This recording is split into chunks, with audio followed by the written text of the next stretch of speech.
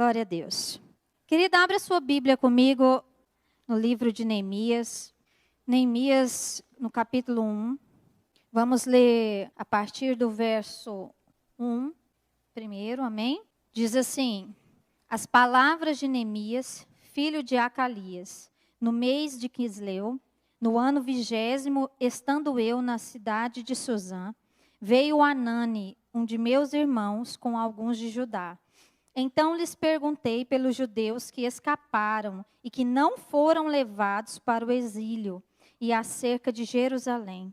Disseram-me: os restantes que não foram levados para o exílio e se acham lá na província, estão em grande miséria e desprezo. Os muros de Jerusalém estão derribados e suas portas queimadas. Tendo eu ouvido estas palavras, assentei-me e chorei. E lamentei por alguns dias, e estive jejuando e orando perante o Deus dos céus. E disse: ah, Senhor, Deus dos céus, Deus grande e temível, que guardas a aliança e a misericórdia para com aqueles que te amam e guardam os teus mandamentos.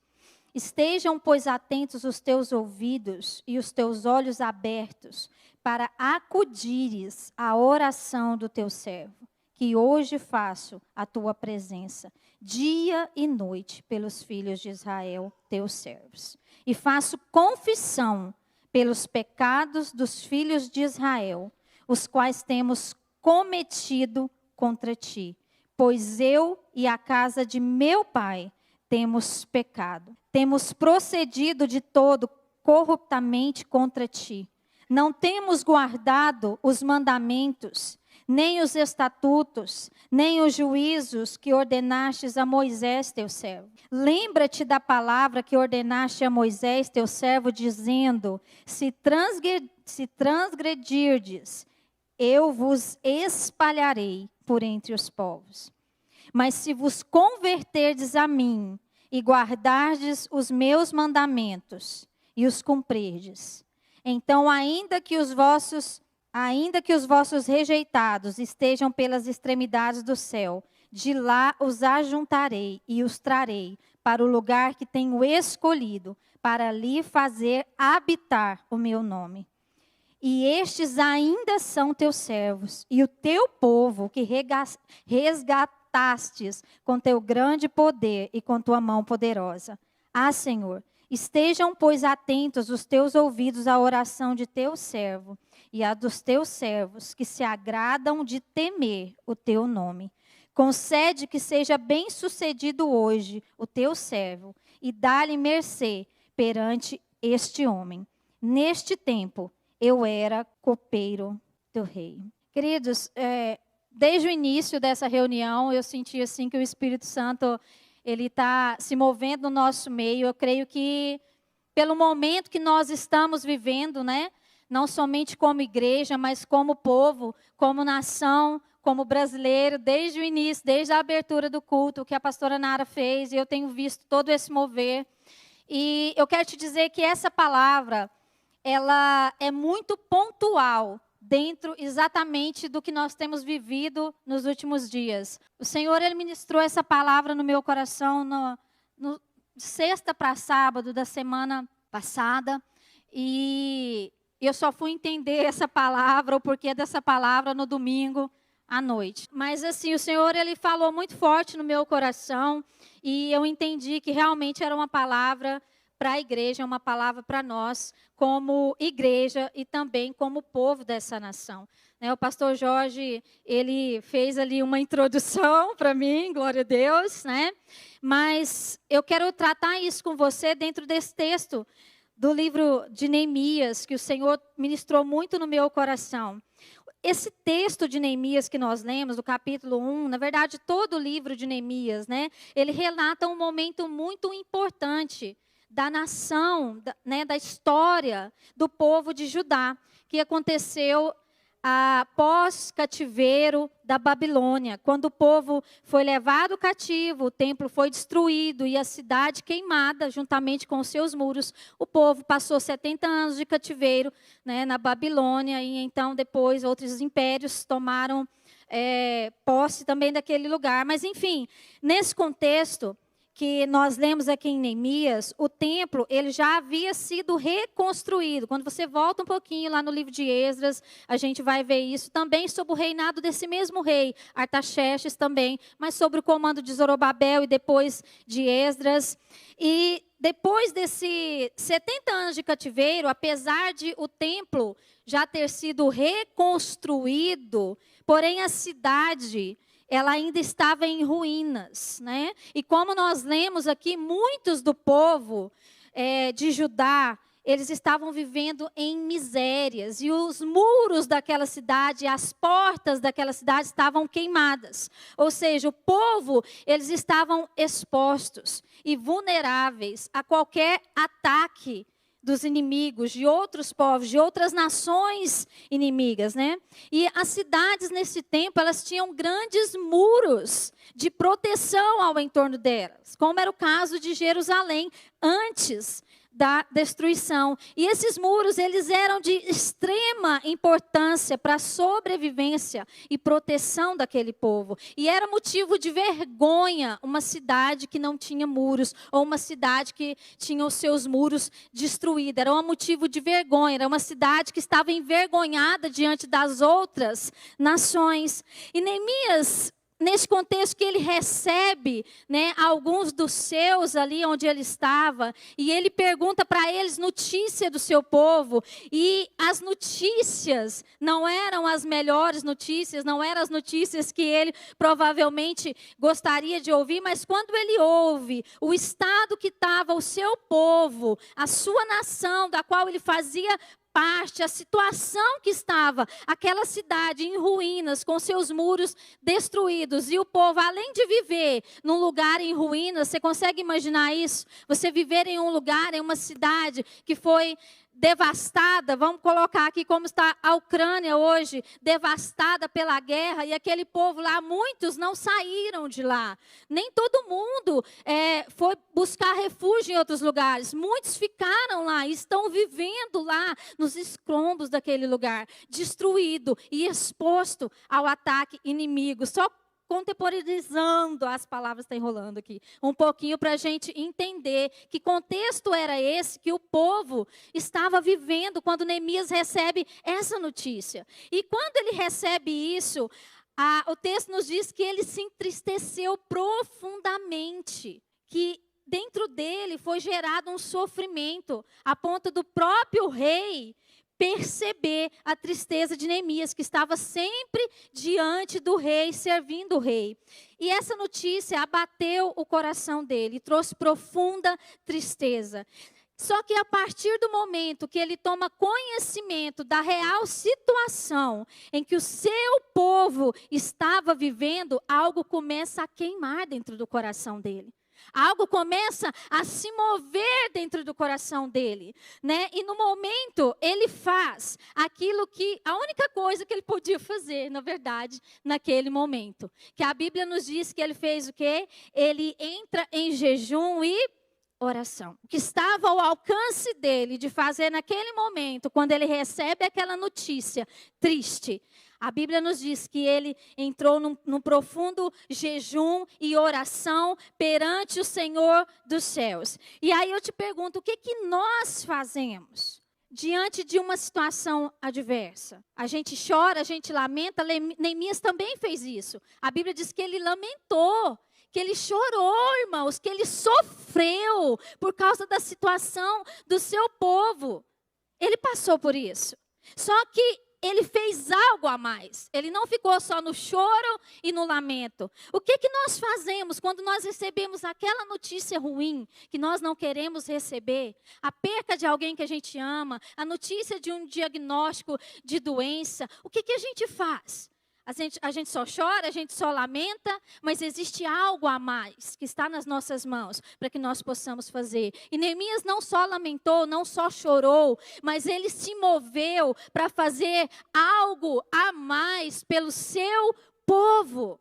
Então ele entra nessa busca por Deus em jejum e oração. Agora é interessante que o problema, ele não era diretamente com Neemias. Neemias não estava lá em Jerusalém. Neemias estava em Suzã, no palácio de inverno do rei Artaxerxes. Ele estava muito bem servido. Ele não estava lá na cidade queimada, destruída. Ele estava bem, ele estava passando muito bem. Só que, mesmo assim, ele sofreu e ele se incomodou em saber a situação que o seu povo estava vivendo. Ele foi solidário com o seu povo.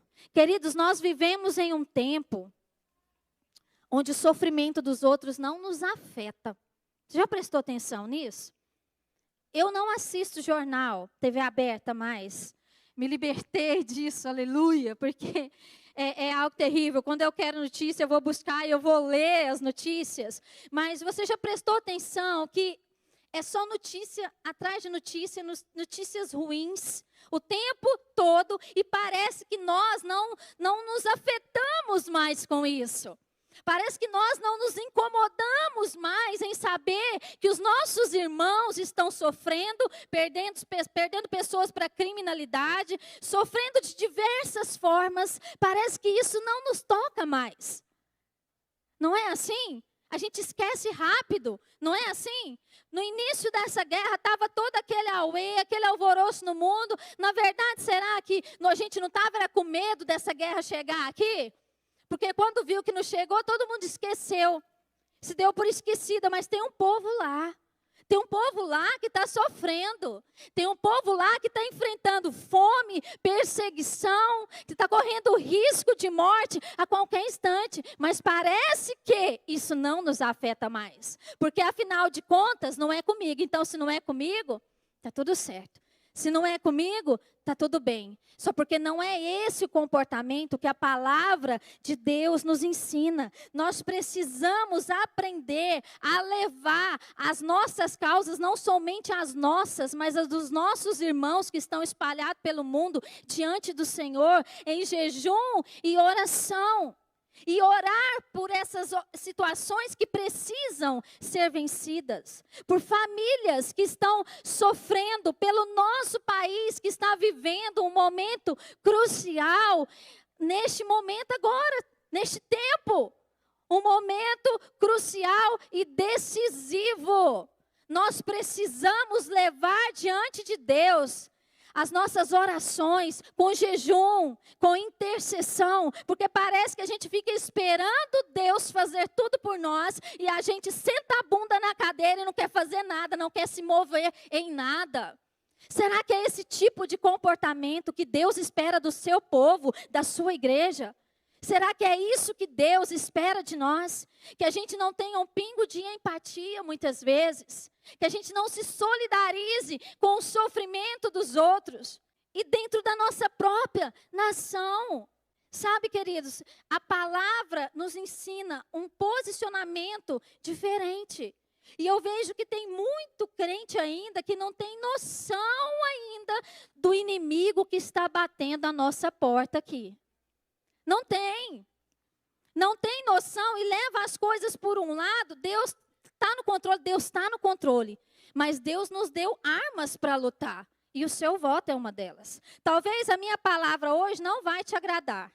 Talvez você vai se sentir confrontado ou vai ficar um pouco desgostoso com aquilo que Deus colocou no meu coração para trazer. Mas tudo bem, está tudo certo. Como a Nara diz, o fruto do Espírito Santo precisa manifestar nas nossas vidas, não tem problema. Mas eu preciso falar o que Deus diz que é para eu falar. Então tem muitos que ainda não têm noção do inimigo que nós estamos enfrentando, que está batendo aí na nossa porta. Que não se preocupa com o amanhã, com o futuro dos nossos filhos, das crianças que estão aí pequenininhas, daquelas que ainda estão na barriga para nascer, né?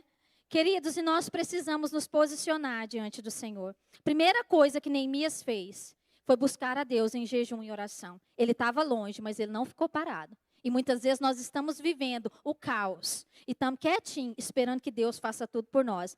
A nossa parte, Deus não vai fazer. Se nós não chamarmos a responsabilidade e fazermos o que nós temos que fazer, Deus não vai fazer a parte dele. Existe uma parceria.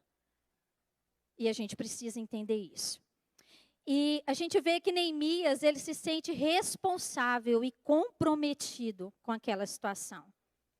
Ele entendeu que aquela situação foi causada por causa do pecado do povo. Lá atrás, quando Deus começou a avisar lá atrás, usando os seus profetas, Jeremias, para avisá-los, para eles se voltarem para ele, para eles não o abandonarem. Lá atrás, quando eles deixaram de ouvir o Senhor e começaram a andar pelo seu próprio entendimento, abandonando os mandamentos do Senhor, foi quando os muros daquela cidade caiu. Foi quando os muros daquela cidade foi destruído por Nabucodonosor. Porque um dia eles decidiram andar pelo seu próprio entendimento. Eles não valorizaram essa palavra. Eles não valorizaram os princípios, os mandamentos que o Senhor havia instruído. E por isso, aquele muro, que era um muro inabalável, foi ruído. Caiu. Então, Neemias, ele ora, porque ele sabe que tudo isso foi causado por causa do pecado. E ele faz uma oração, como nós lemos, de arrependimento, reconhecendo os pecados da nação. E ele se inclui nisso. Ele não diz, Deus, perdoa a Nara porque ela pecou. Não, Senhor, nos perdoa. Porque eu e a casa de meu pai, nós pecamos. Ele se inclui nisso. Porque ele acredita na misericórdia de Deus. Ele acredita que se houver um alinhamento do coração do povo com o coração de Deus, a intervenção de Deus virá. Sabe, queridos, nós precisamos buscar a face de Deus nesses dias e buscar a face de Deus em arrependimento e alinhar a nossa vida, as nossas escolhas com os seus mandamentos. Então a intervenção de Deus virá. Porque não adianta os meus lábios dizerem uma coisa e as minhas escolhas dizerem outra.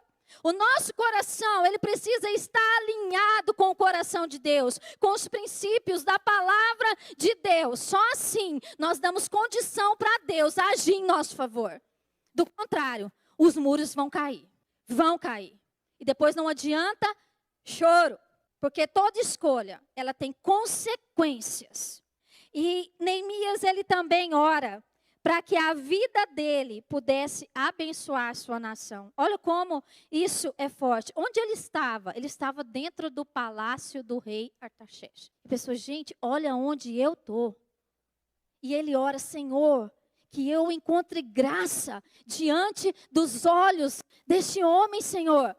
Que o Senhor me use de alguma forma para que eu possa abençoar o meu povo e a minha nação, porque eu não quero ficar de braços cruzados diante do caos que está Jerusalém. Então faz com que eu encontre graça diante dos olhos do rei. Ele quer, de alguma forma, que a sua vida seja um canal de bênção para a sua nação. Ele era copeiro do rei. Ele estava diante do rei todos os dias. Ele era alguém de confiança. Porque copeiro é diferente da ideia que a gente tem hoje. Que é alguém que fica te servindo. Não. Ele comia a comida do rei. Caso estivesse envenenada, para ele morrer primeiro e poupar a vida do rei. Então tinha que ser alguém de confiança. Ele era alguém de extrema confiança. E eu creio que Neemias, ele entendeu que ele estava ali naquele lugar, naquele momento, por um motivo. Tinha uma razão dele estar ali. E ele queria aproveitar isso. E por isso ele faz essa oração. Para que de alguma forma ele pudesse achar graça diante dos olhos do rei. E poder servir a sua nação. E nós estamos aqui no século 21 dizendo que política e religião não se misturam. O que é isso aqui? Se isso aqui não for política, eu não sei mais o que é. Ele estava dentro da casa de um rei. E ele vai ser enviado por esse rei para reconstruir os muros da sua nação. E como tantos outros na Bíblia que nós vemos, Deus levantando e colocando neste lugar. Aí a gente volta lá atrás e vê Deus pegando Moisés, tirando ele de um contexto, no meio do seu povo, quase como se Deus estivesse tirando Moisés da igreja, botando ele lá no mundo, era mais ou menos isso, botando ele para ser criado dentro de um palácio, de um rei ímpio. Mas Deus fez isso, porque um dia ele queria pegar esse próprio Moisés e levantar ele como libertador. A gente vê Deus fazendo isso com José, tirando ele do meio do seu povo, levando ele para o Egito, outra nação, idólatra e ímpia, para que num tempo oportuno José pudesse favorecer o seu povo, a sua família, para que eles não morressem de fome. Então a gente vê Deus agindo assim. E de alguma forma, gostemos nós ou não, isso é política. Isso é política. Sabe, irmãos, a gente não pode mais se deixar enganar. A palavra nos diz, o meu povo perece por falta de conhecimento. Sabe por que a gente é enganado? Porque nos falta conhecimento. A gente precisa conhecer a verdade. A gente não pode andar efeito manada para onde está um correndo, todo mundo vai correndo. Não, nós somos guiados por essa palavra, é ela que nos conduz. É ela que é lâmpada para os nossos pés e luz para o nosso caminho. É essa palavra. Então a gente vê ali Neemias fazendo essa oração e pedindo. E quando ele chega diante do rei, que o rei percebe que ele estava entristecido, ele pergunta, por que você está assim, tão triste, tão abatido? Então ele conta para ele o que aconteceu. Como eu poderia estar feliz? Se a minha cidade está arruinada, as suas portas e os seus muros queimados. E então, e o que eu poderia fazer por você? Olha isso, irmão, é só Deus faz um negócio desse. O que eu poderia fazer por você? Ele falou, se eu achar graça diante do rei, que o Senhor me envie para que eu vá e que eu possa reconstruir os muros da minha cidade. Mas não é só isso não. Você também me dá umas cartas para os governadores da província, deixar eu passar. Mas não é só isso não. Você também me dá provisão para eu poder reformar as portas que estão queimadas. Irmãos, olha a ousadia. Olha a ousadia. E o rei só fala assim, tá, quanto tempo você precisa? Quando você vai voltar? Beleza. Tudo certo. E aí, então, Neemias, ele parte nessa jornada. Então, o que eu quero deixar marcado aqui, ele chora e lamenta? Sim, mas ele ora e jejua também. Agora, ele não só ora e jejuma, mas ele busca caminhos para abençoar o seu povo. Então, há tempo para tudo. Há tempo de lamento, há tempo de choro, há tempo de orar e jejuar, mas também há tempo de agir. E a gente precisa discernir o tempo. Porque senão a gente vai se perder.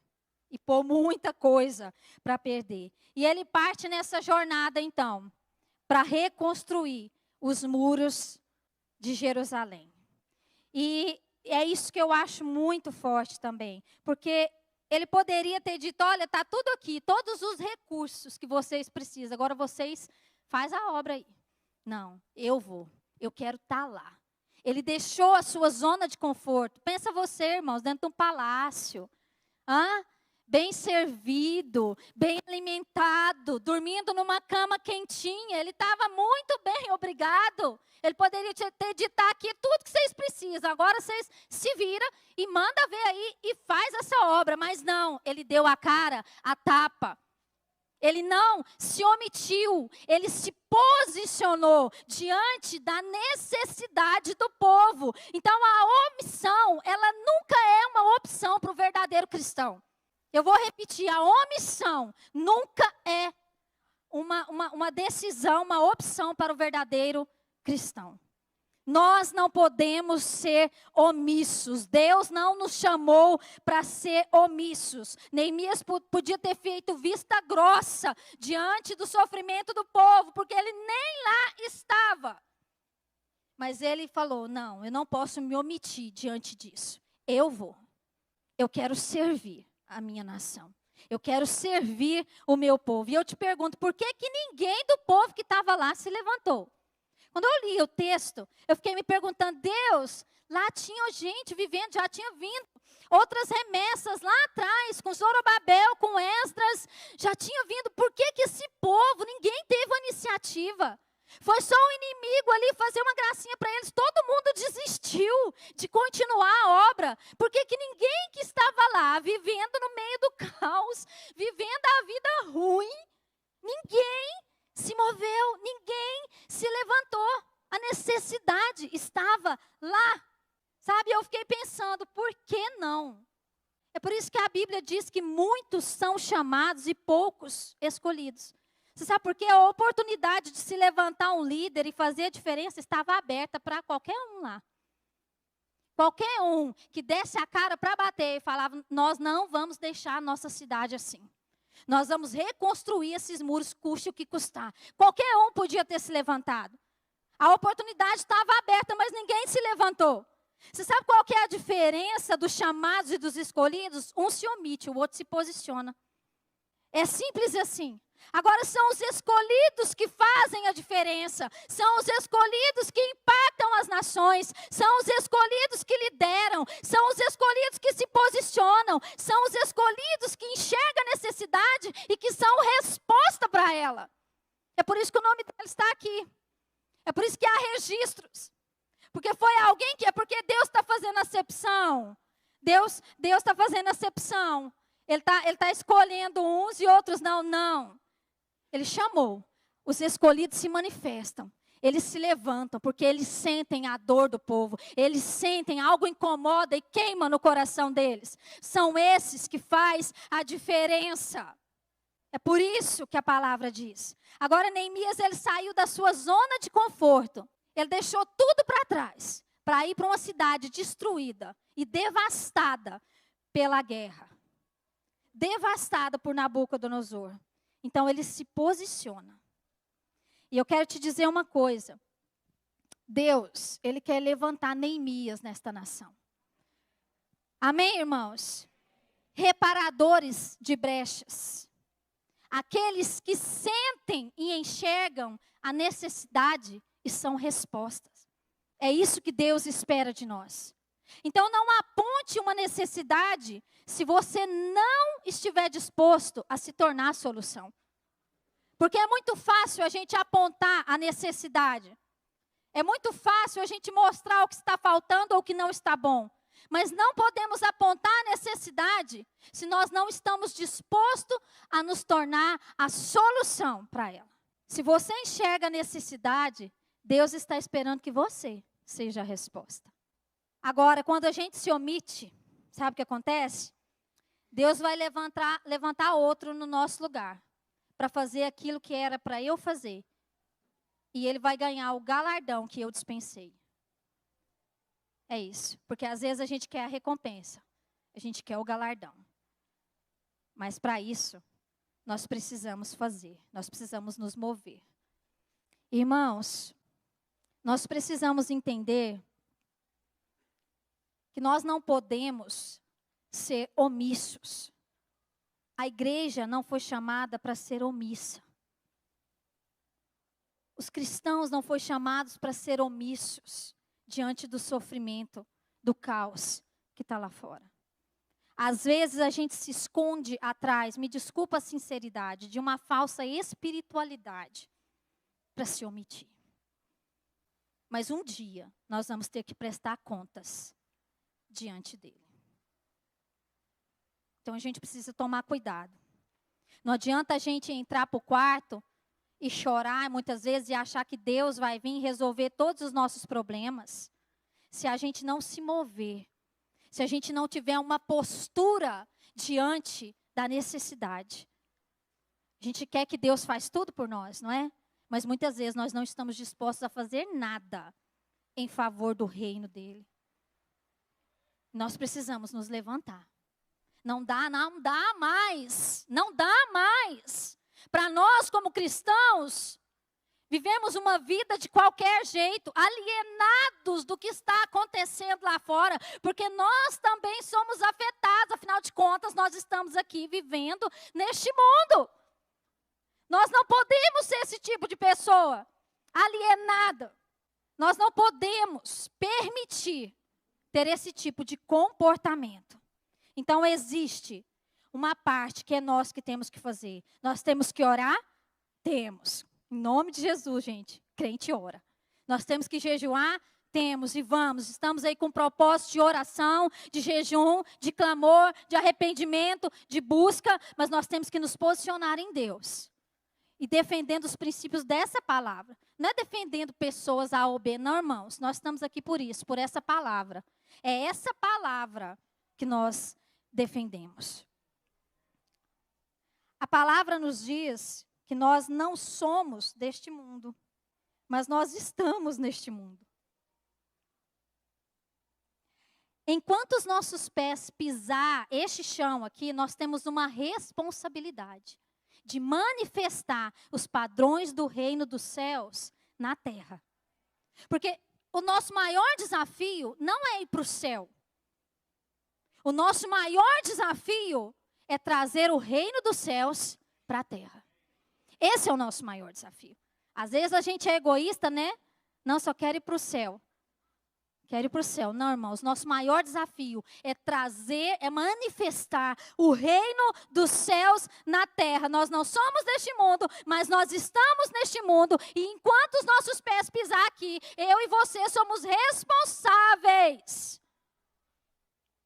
Nós temos uma responsabilidade, sim, com esse mundo. Nós somos cidadãos do céu, mas nós também somos cidadãos da terra, como o Jorge falou aqui agorinha. Eu sou cidadã do céu, mas eu também sou cidadã brasileira, assim como vocês. Tem alguém aqui que não é brasileiro?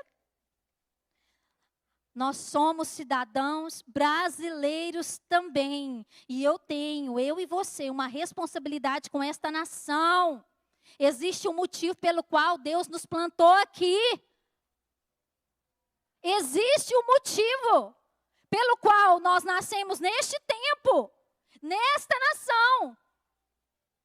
Então nós também somos cidadãos daqui. Queridos, agora não dá para viver numa bolha gospel. Sabe? A bolha gospel. Não se mistura em nada. Nós somos embaixadores do céu na terra. Amém? Nós somos embaixadores. E isso significa trazer a cultura do céu para cá. E influenciar pessoas. E mais do que nunca nós precisamos fazer isso. Nós temos vivido tempos sombrios e mais do que nunca nós não podemos nos omitir. Nós precisamos manifestar a cultura do céu aqui na terra. Ah, pastora, como eu já ouvi, mas as profecias, nós estamos vivendo os fins dos tempos. Estamos mesmo em Maranata, a hora vem, Senhor Jesus. Estamos vivendo o fim dos tempos. Então não adianta fazer nada. Para quê? Para que se posicionar? Para que dar a cara a tapa? A gente está vivendo os fins dos tempos, as profecias todas vão se cumprir mesmo. Isso não te isenta, não me isenta de nos posicionarmos contra as forças do mal. Nós temos que permanecer de pé até aquele dia. Isso não nos isenta. Não é porque nós estamos caminhando para o tempo do fim, não é porque as profecias vão se cumprir, que agora eu tenho que ser a isentona e não me posicionar em Deus e nos princípios dessa palavra. Ficar quietinha lá, deitada, quietinha, sem fazer nada. Eu não conheço esse evangelho. Não é essa Bíblia que eu leio. Se fosse assim, não adiantava Neemias reedificar Jerusalém, porque afinal de contas, anos depois ela seria destruída novamente, e não foi só uma vez. Então não adiantava, porque ela ia ser destruída de novo. Então para que reconstruir algo que seria destruído? Então não adianta eu orar por um enfermo para ele ser curado, porque um dia ele vai morrer. Esse conceito, você acha que funciona? Não funciona. Não funciona. Se eu não posso me posicionar em Deus, defender o evangelho, me posicionar contra as forças do mal que está tentando tomar conta de tudo, então, porque as profecias vão se cumprir, então eu não preciso orar por um enfermo porque um dia ele vai morrer. Neemias não precisava ter tido todo aquele trabalho para reconstruir Jerusalém, porque um dia ela ia cair de novo. Isso não nos isenta diante de Deus. Você sabe por quê? Porque quando nós nos posicionamos como resposta, nós estamos manifestando aquilo que está dentro de nós. E ainda que as circunstâncias de fora não mudem, pessoas estão sendo alcançadas e pessoas estão sendo influenciadas. Por isso, nós não podemos nos omitir. Jesus, ele disse assim: vós sois o sal da terra e a luz do mundo. Tanto o sal quanto a luz, ele fala de uma postura de influência. O sal, o que ele faz? Ele dá sabor, ele tempera, ele conserva. A luz, ela revela. Agora, a luz só faz diferença onde, irmãos? Nas trevas. Se eu acender mais uma lâmpada aqui, não vai fazer muita diferença. Aonde a luz faz diferença? nas trevas, porque a luz ilumina, a luz não se omite, a luz não se esconde, a luz manifesta a verdade. Jesus diz assim: vós sois a luz do mundo. Não se pode esconder uma cidade construída sobre um monte. Tem como esconder? Você está numa viagem, no meio da estrada, naquele escuro todo, de repente você vê um monte de luzinha brilhando lá na frente. Tem como esconder? Não tem, porque a luz revela. A luz revela. Ele está dizendo, não tem como vocês se esconder. Ou vocês são luz, ou vocês são trevas. Porque a luz, ela não se omite. A luz, ela não se esconde. E ele diz, olha, não tem sentido você acender uma lâmpada, uma candeia e colocá-la debaixo de uma panela. Que sentido tem? Não tem sentido. Ela tem que ser colocada no lugar certo, para que ela ilumine a todos. E aí ele diz assim, assim também brilha a vossa luz diante dos homens. Para quê? Para que eles vejam as suas boas obras e glorifiquem o Pai de vocês que está no céu. Então, se a luz de Cristo está em mim, não tem como eu detê-la. Não tem como eu impedir que ela brilhe, porque ela vai brilhar. Ela vai revelar. E não é quando eu estou aqui pregando. Não é quando eu choro, não é quando eu toco, quando canta, não é assim. Ela vai revelar quando eu fluir dentro, aquilo que está dentro de mim. Os princípios desta palavra que está dentro de mim, eles vão fluir para o mundo lá fora. E eu vou revelar quem Cristo é. E é para isso que Ele nos chamou. Para ser luz do mundo. De um mundo perdido. Para que eles vejam. Para que eles nos vejam. E vejam os nossos princípios. As nossas boas obras. E glorifique o Pai que estás no céu. É diante dos homens. É onde há trevas que a nossa luz precisa brilhar. É quando você manifesta os valores do reino dos céus lá fora. Nesse momento a sua luz está brilhando. É quando você não negocia os princípios dessa palavra. Nesse momento, essa luz está brilhando. É nesse momento. Não é quando eu choro aqui e levanto as minhas mãos. Não, é quando eu pratico essa palavra. Essa luz, ela transborda de dentro de mim. E quando Neemias chega em Jerusalém, ele toma nota de toda a situação. E ele chega para o povo e diz, vocês estão vendo a miséria, no versículo 17 do capítulo 2, em que nós estamos? Jerusalém está assolada e suas portas queimadas. Vinde, pois, reedifiquemos os muros de Jerusalém e deixemos de ser opróbrio, vergonha. Ele mostra o cenário diante deles como se eles não soubessem. Mas estava lá. Morando lá, vivendo no meio do caos, mas eles se acostumaram com o caos. E a gente parece que também muitas vezes se acostuma. Sabe aquela frase que a gente se acostuma até com o que é ruim? Se aplica aqui. Eles estavam vivendo no meio do caos e foi preciso Neemias chegar e dizer, olha aqui, gente, a situação que nós estamos vivendo. Vamos nos levantar, vamos partir para cima, vamos reedificar esses muros e deixar de ser vergonha para o inimigo. É isso que ele está dizendo. Neemias tem que mostrar para eles uma verdade que estava diante dos olhos deles todos os dias. Todos os dias, porque eles se acostumaram com o caos. Agora, os muros de proteção na vida dos cristãos são compostos pelos valores eternos e inegociáveis.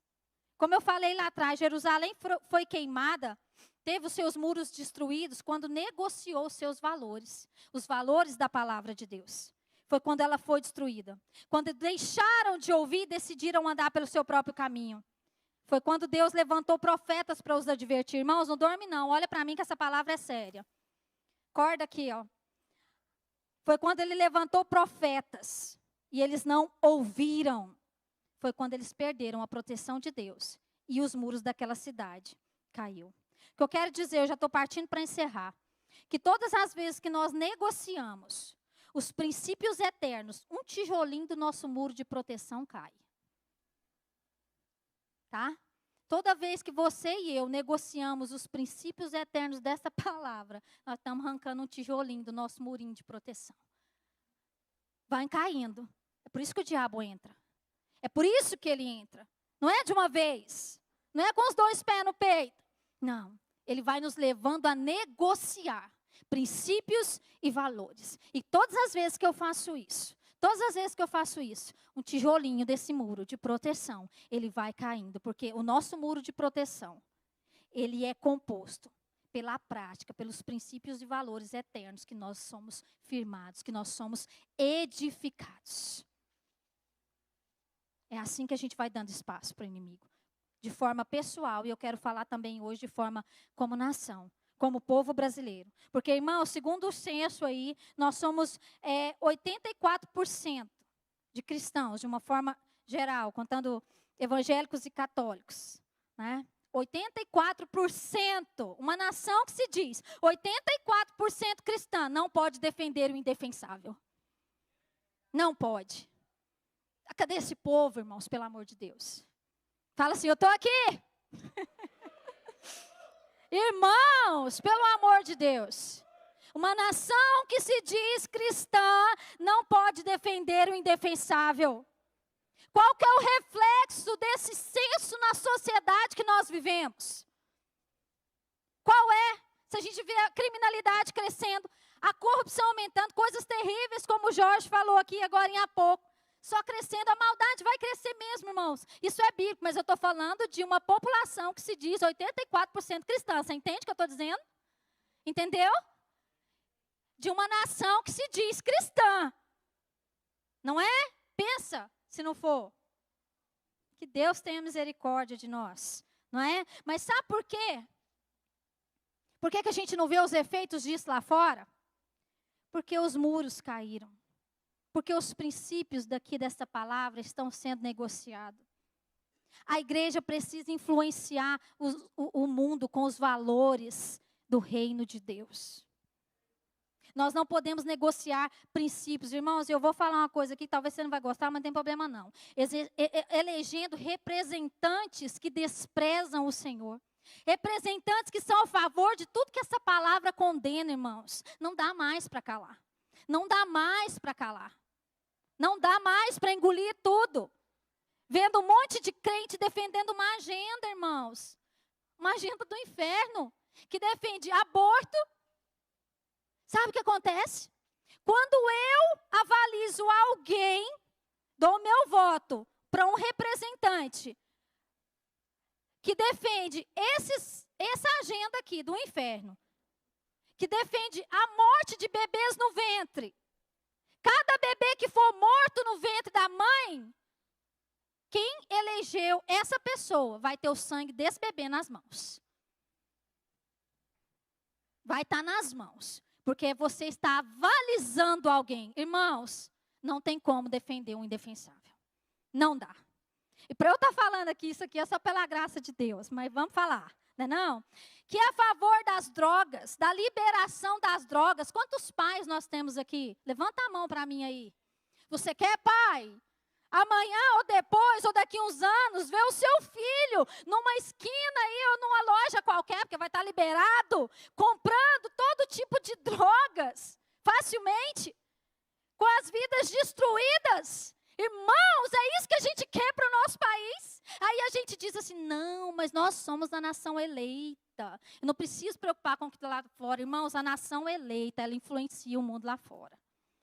Não vem com esse papo para mim, não. Que defende ideologia de gênero. Irmãos, como as nossas crianças estão sendo bombardeadas com isso. Isso nasceu no coração do inferno, das trevas. E hoje nós temos a chance nas nossas mãos. É algo que é lícito para nós. Nós não estamos fazendo nada de errado. É um direito nosso. É um direito que nós ainda temos, tá? Ainda temos ele. E nós vamos levantar representantes que defendem isso, a erotização das nossas crianças.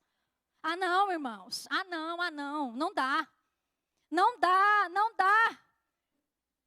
Que defende a destruição da família tradicional. A família é uma instituição de Deus. Foi a primeira instituição de Deus aqui sobre esta terra.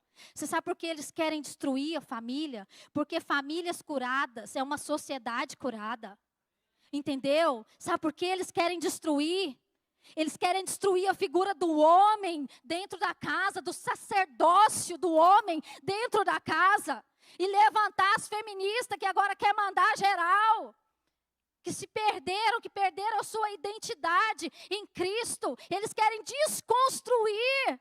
Desconstruir. Atacando uma instituição que Deus criou. E nós vamos avalizar isso, irmãos. Livremente. Avalizar. Sem ninguém botar uma arma na cabeça, nem botando. Mas nós vamos lá. Avalizar um negócio desse. Não dá, irmãos. Não dá. Tem uma frase que roda aí, eu vou dizer ela aqui. Ou a gente não entende o que é comunismo, a pessoa que é comunista. Cristã e comunista. Ou não entendeu o que é o cristianismo. Porque os dois não juntam. Não junta. Não junta. Não dá. Talvez você veio aqui hoje, tinha dúvida. Então Deus está te dando a chance de ouvir, de alinhar seu coração com essa palavra, com esses princípios. Esse é o Deus da vida.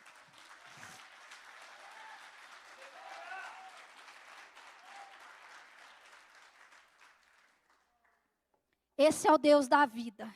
E tudo que nós fazemos é extensão da nossa fé. Inclusive o nosso voto. Irmãos, eu não estou fazendo propaganda política, tá? Até uns anos atrás eu era uma dessas cegas. Não vamos falar de política. Eu era. Até que um dia Deus abriu os meus olhos. Porque os crentes estão entregando a nação na mão do diabo.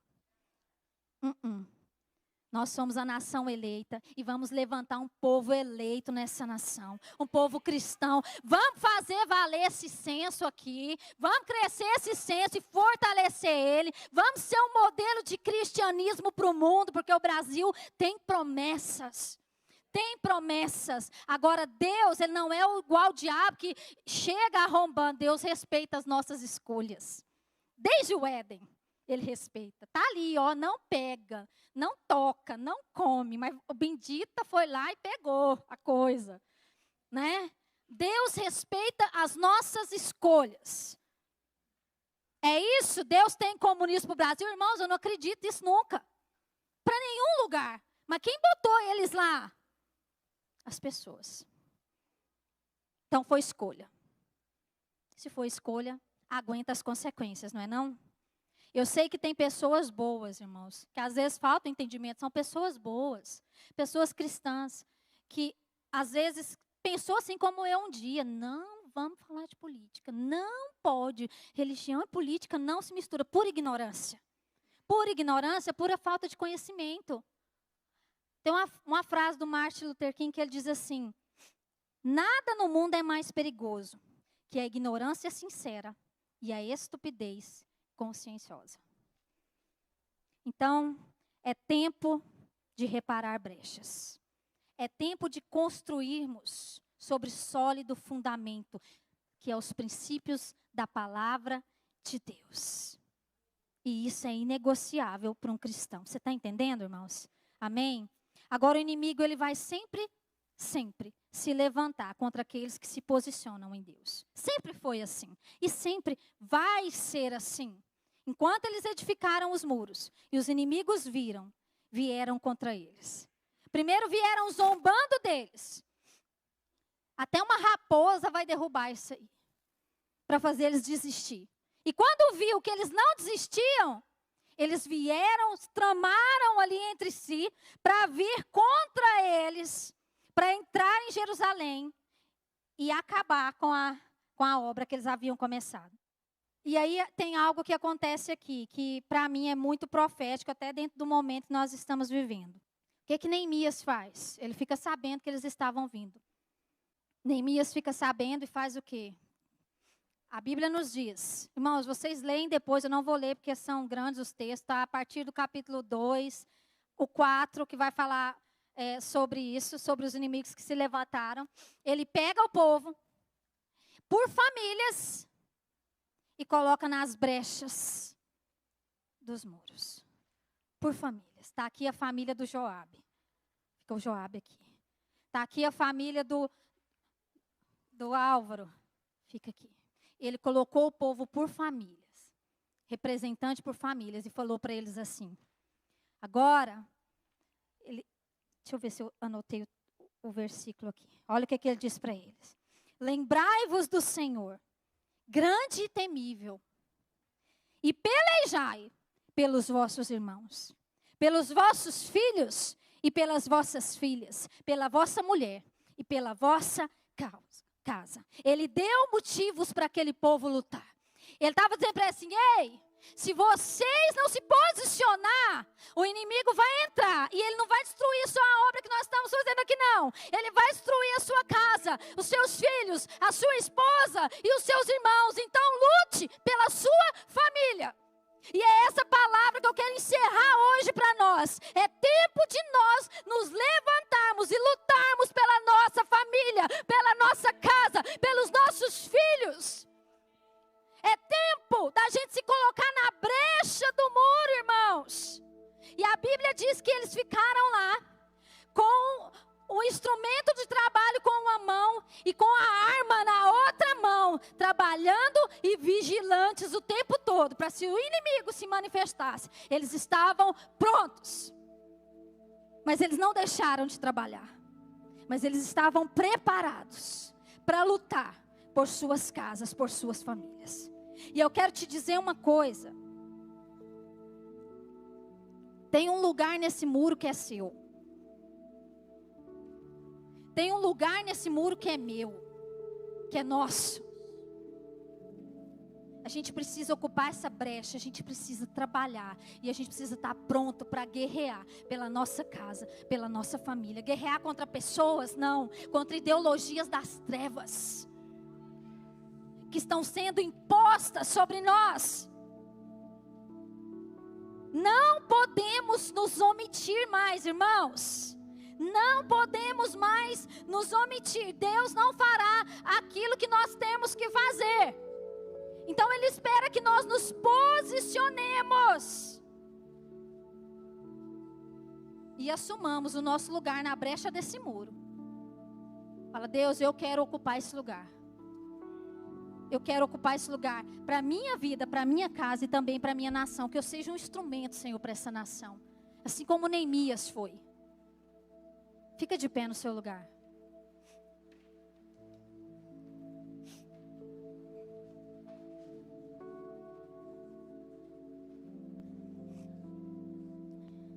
Irmãos, como igreja, vocês viram aí que a gente está nesse desafio dos 21 dias de jejum e oração, né? Ao topo da lista pela nossa nação, pelo Brasil, por esse momento nós estamos vivendo. E que a gente esteja consciente, eu espero que você saia daqui hoje consciente da guerra que nós estamos inseridos nela. Consciente de que você não pode se omitir. Consciente de que você precisa assumir o seu lugar na brecha desse muro. E que toda escolha nossa tem uma consequência. Eu quero que a gente ore. Nós vamos orar agora no final pela nossa nação.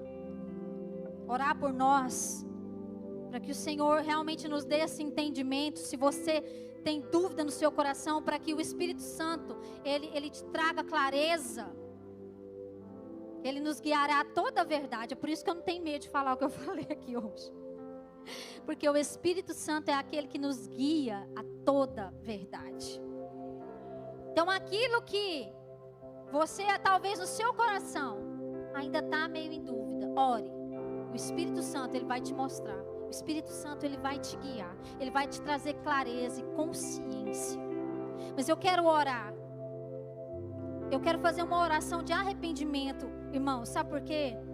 Primeiro, como igreja. Porque como igreja, nós nos omitimos muitos anos. Muitos anos. Por causa dessa falácia do diabo nos nossos ouvidos. De que a gente não mistura as coisas. Nós nos omitimos e a gente precisa se arrepender. E se posicionar em Deus. Vou chamar o pastor Jorge. A gente está orando. Pastor Joabe. Nós vamos orar, irmãos, pela nossa nação. Eu queria que a primeira oração fosse uma oração de arrependimento. sabe? Arrependimento diante do Senhor. Neemias orou: Senhor, nos perdoa pelos pecados da nossa nação, do meu povo, Senhor. E eu me incluo nisso, Senhor. Nos perdoa pela nossa omissão, por todas as vezes que eu fui omisso, consciente ou inconscientemente. Mas nos perdoa, Senhor. Alinha o meu coração, Pai, como cidadão do céu, mas embaixador do céu nessa terra, Senhor. Alinha o meu coração para que eu possa ser resposta para minha casa e para essa nação, Senhor. Porque o Senhor nos plantou aqui por uma causa, por um propósito. E nós queremos cumprir esse propósito. Amém? Eu quero que você comece a orar no seu lugar agora. Uma oração de arrependimento mesmo, irmãos. De pedido de perdão diante do Senhor. Por todas as vezes que nós nos omitimos diante desta verdade, desses princípios que são eternos.